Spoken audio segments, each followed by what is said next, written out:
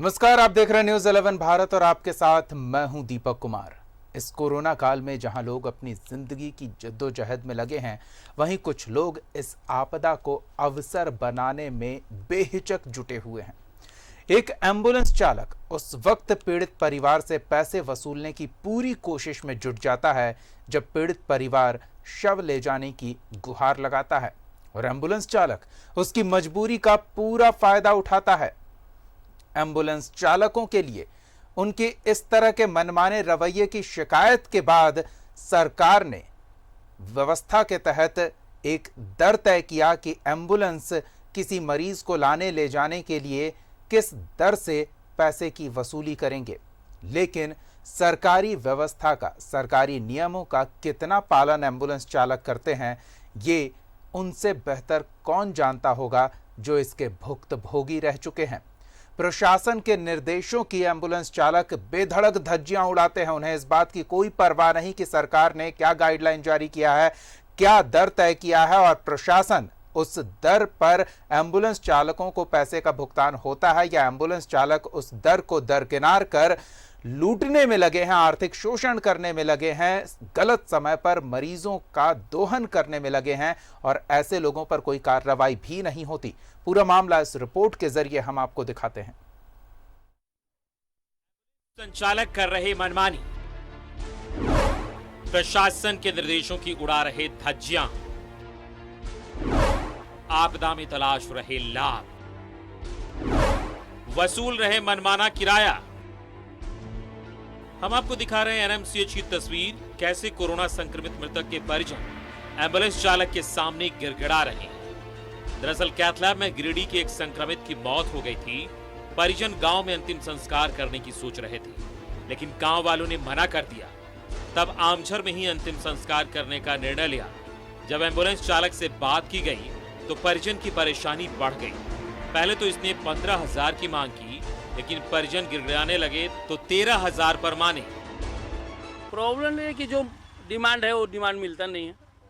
अभी क्या, मेरा ड्राइवर को भेजेंगे तो ड्राइवर को कुछ हो जाएगा, क्या मेरा सरकार पैसा देंगे ड्राइवर को? अगर हम 10 मांगते हैं तो बोलते नहीं, इतना इतना बहुत ज़्यादा है। तो ज़्यादा है तो भैया, अगर प्राइवेट अगर खट रहा आदमी तो ड्राइवर का अगर कुछ हो जाता है कि तो मैं तो पैसा नहीं दूंगा, सरकार भी तो नहीं देगी पैसा उसको। एम्बुलेंस वाले लोग 10 के जगह 50, 100, 200 जो मर्जी आ रहा हो बढ़ा कर लेते जा रहे हैं।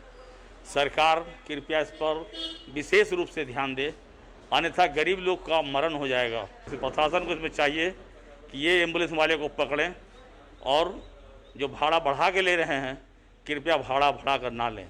उन पर कार्रवाई होनी चाहिए और विशेष रूप से कार्रवाई इस प्रकार होना चाहिए कि वो लोग दोबारा ऐसा नहीं कर पाए। वहीं एम्बुलेंस संचालकों की अपनी ही दलील है।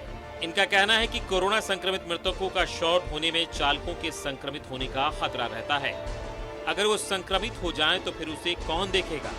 वहीं प्रशासन की ओर से सख्त कार्रवाई की बात कही जा रही है। जो रेट है वो ऑलरेडी निर्धारित किए गए हैं और यदि इस आपदा के अवसर पर लोग लोभ का कार्य करते हैं, इसको गलत तरीके से पैसे कमाने का साधन बनाते हैं, जो पैसा पेमेंट नहीं कर पा रहे, पैसा नहीं भुगतान करने की स्थिति में उनके शोषण का जरिया बनते हैं, तो इन सभी पे कड़ी कार्रवाई की जाएगी। यदि हमारे पास ऐसी शिकायत आती है कि किसी एम्बुलेंस के ओनर ने, एम्बुलेंस के चालक ने गलत तरीके से इस राशि चार्ट से कहीं ज़्यादा का भुगतान लिया है, तो उनके ऊपर हम प्राथमिकी भी दर्ज करेंगे और उनका हम ड्राइविंग लाइसेंस, उनका लाइसेंस भी रद्द हम करेंगे।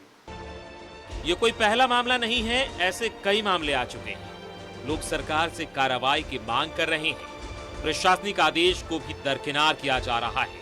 ऐसे में जरूरत इस बात की है कि सख्त कदम उठाया जाए, नहीं तो लूटने का काम यूं ही जारी रहेगा। न्यूज़ 11 भारत के लिए धनबाद से सहयोगी बंटी के साथ अरुण बर्णवाल की रिपोर्ट। एक एम्बुलेंस संचालक को आपने सुना कि अगर उनके ड्राइवर को कुछ हो जाता है तो क्या होगा। क्या यह तर्क सही है मरीजों से, उनके परिजनों से ज्यादा पैसे वसूलने के लिए? बिल्कुल नहीं। डर अपनी जगह सही है, लेकिन आप सोचिए, कोई एम्बुलेंस चालक अगर उसका ड्राइवर बीमार पड़ जाता है, कोरोना संक्रमित हो जाता है, तो क्या वो उसकी मदद के लिए आएगा?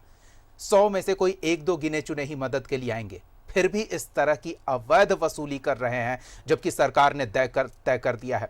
हमारे संवाददाता अरुण वर्णवाल जुड़े हुए हैं, सीधे उनके पास चलेंगे और इस पूरे प्रकरण के बारे में थोड़ी और जानकारी लेंगे। कार्रवाई क्या हो रही है ये भी जानने की कोशिश करेंगे, क्योंकि शिकायतें लगातार बढ़ती जा रही है और फिर भी प्रशासन यही कह रहा है कि शिकायत उन तक पहुंचेगी तब कार्रवाई होगी। तो हम न्यूज़ 11 के माध्यम से लोगों की शिकायत उन तक पहुंचा रहे हैं, क्या उम्मीद की जाए कार्रवाई होगी? अरुण जी देखिए, बिल्कुल कह सकते हैं हम, जो एम्बुलेंस संचालकों का आतंक कितना है और उस पर जिला प्रशासन की सख्ती का कोई असर नहीं दिख रहा है। हम लोगों ने जो जिस तरह का एक स्टिंग किया था, जो एम्बुलेंस संचालक किस तरह एक जो पेशेंट है जो मृत हो चुका है, उसके शव को सिर्फ कैथलैब से पीएमसीएच से आमझर जो लगभग 10 किलोमीटर ले जाना है, उसके लिए 13,000 में जाकर सौदा तय हुआ। आप समझ सकते हैं, जिसके लिए सरकारी दर महज 600 से 700 रुपये चाहिए, उसके लिए 13,000 रुपया। इसमें इसका ये कि अगर उस एम्बुलेंस के चालक को अगर कोरोना हो जाए तो उसको कौन देखभाल करेगा?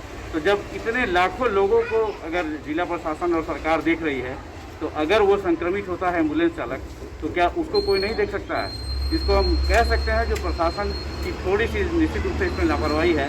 गाइडलाइन तो जारी कर दिए गए हैं एम्बुलेंस के लिए, लेकिन वो उस पर कितना अमल कर रहे हैं, कितना खरे उतर रहे हैं, कितना मरीजों को और मरीजों के परिजनों को इसका लाभ मिल रहा है, इस पर जरूर निश्चित रूप से मॉनिटरिंग करने की ज़रूरत है, जिसका थोड़ा अभाव दिख रहा है।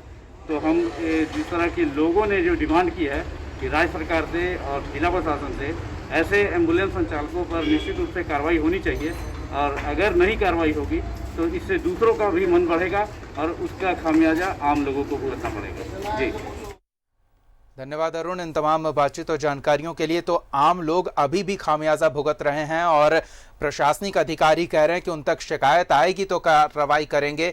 तो हम उम्मीद करते हैं कि न्यूज़ 11 के माध्यम से मरीज के परिजनों की समस्या उन तक पहुंची होगी और वो जरूर जांच करवाएंगे कि आखिर जिले में सरकार के दिशा निर्देशों का उल्लंघन करते हुए एम्बुलेंस संचालक कैसे मनमाना किराया वसूल रहे हैं और क्यों तय दर पर किराया नहीं वसूला जा रहा है।